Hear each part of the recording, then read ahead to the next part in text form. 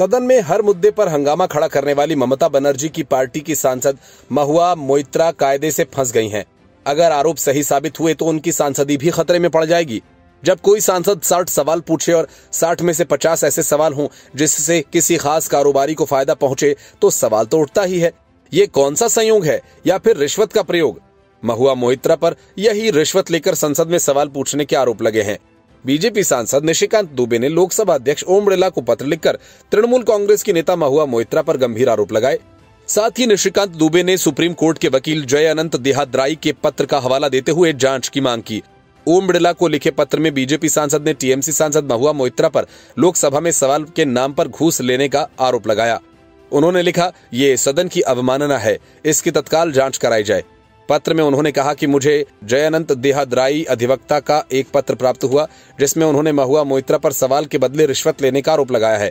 BJP सांसद ने पत्र में लिखा है कि एक प्रसिद्ध बिजनेसमैन दर्शन हीरानंदानी के बिजनेस हितों को ध्यान में रखते हुए ये सवाल पूछे गए। निशिकांत दुबे ने पत्र में लिखा कि महुआ मोइत्रा के हालिया 61 सवालों में से 50 सवाल ऐसे हैं जो दर्शन हीरानंदानी और उनकी कंपनी के व्यावसायिक हितों की रक्षा करने या उन्हें फायदा पहुंचाने के लिए पूछे गए।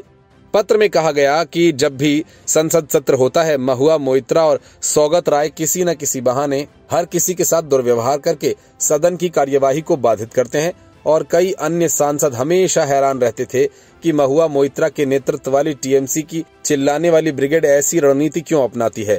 मुद्दों पर बहस करने और चर्चा करने के अन्य सदस्यों के संवैधानिक अधिकारों का उल्लंघन करती है।